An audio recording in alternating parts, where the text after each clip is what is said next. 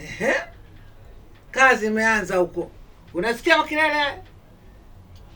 Anavochamba mtindo mmoja huko Mwadawa. Ngoja niende. Usiende, unaenda wapi mzee Kikala? Unajikaza. Wewe unaumwa?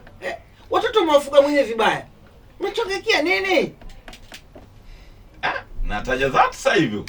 Mwache ajaze, sikale mwenye majambazi. Ujue na kushangaa dada yangu. Hiki sio kilema cha mtu mmoja. Kama we ni fundi wa kulea kama usemavyo, kwa nini Ngowi nilimkuta nyumbani kwako? Si alipaswa awe na kwake huyu? Kweli sikulani apunda mateke kama wasemavyo watu. Huyo Ngowi si ndio kusaidia wewe kukusugua dawa? Umeshasahau malai? Jomba, na yule alikuja kuongea na wewe ni nani?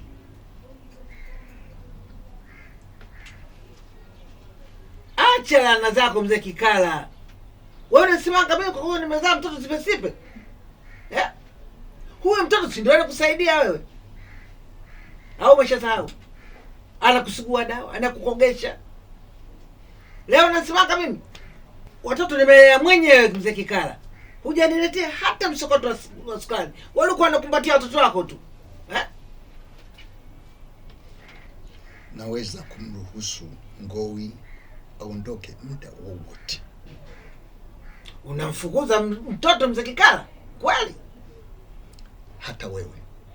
Hata mimi? Hata wewe dada. Unanifukuza mimi? Ndio maana kwa tamu tuzinechula tuanza kwamba paza anzi wapi? Hata wewe. Naweza kumruhusu. Kwamba naweza anza kwenye naanza kumruhusu ndio alikuwa anaingia. Haya nisomee kabisa sasa ili wachapishe. Naweza kumruhusu Ngowi aondoke muda wowote. Unamfukuza mtoto mzee Kikala kweli? Hata wewe. Hata wewe unanifukuza? Ndio, hata wewe dada. Maana sioni chochote unachonisaidia hapa. Ndio. Umeshasahau Kikala. Mimi nimehangaika kusini, mashariki, magharibi, kaskazini kukushughulikia wewe. Leo unanifukuza?